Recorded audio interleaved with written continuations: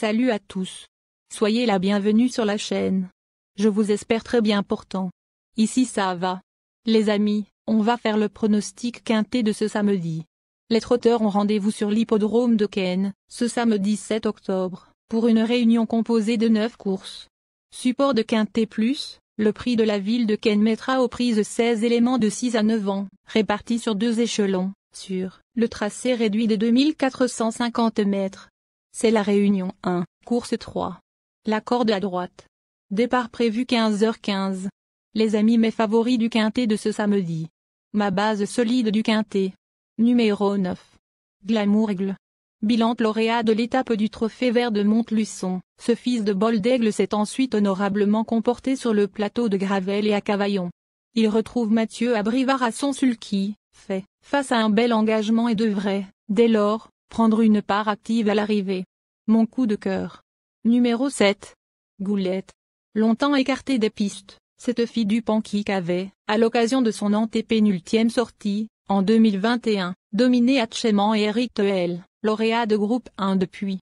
Elle compte désormais 2 parcours dans les jambes et sera déférée pour ce quintet plus. Lauréate, potentielle. Ma dernière minute du quintet. Numéro 10. Gino Viva. En dernier lieu, ce pensionnaire de Dominique Loqueneux a laissé une impression favorable pour sa rentrée.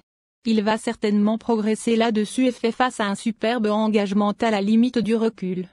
Pieds nus, pour la première fois depuis janvier, il est en mesure de monter sur le podium. Le bon tuyau du quintet. Numéro 3, Apidanica. Troisième à Vincennes en demi-lieu, cette pensionnaire de Christian Douillet évolue incontestablement sur la montante. À l'occasion de ce quintet plus, elle sera déférée des 4 pieds pour seulement la 4e fois de sa carrière. Performante dans cette configuration, elle peut même s'imposer. Mais seconde chance du quintet. Nous donnons confiance au numéro 6. Gamin des Isles, éprochable depuis plusieurs semaines, ce pensionnaire de Stéphane Bourlier a prouvé par le passé son aptitude corde à droite. En grande forme, il retrouve Benjamin Rochard à son sulky et s'annonce comme l'un des candidats à la victoire. Ensuite numéro 4. Harmoniously. Confirmé corde à droite, cet ancien pensionnaire d'Antonio Ripoll-Rigaud reste sur des performances convenables. Il fait face à un bel engagement face à ses aînés et semble en mesure de lutter pour les places, sans avoir de marge à ce niveau. Ensuite numéro 14. Étoile de Kenny. Troisième de Hambe et astronaute cet été à Anguien, ce second atout de Clémente Main possède des lignes très intéressantes. Elle va cependant devoir rendre 25 mètres et ne sera que plaquée des antérieurs.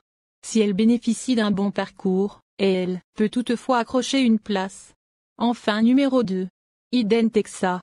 Ce fils de brillantissime reste sur des performances très intéressantes.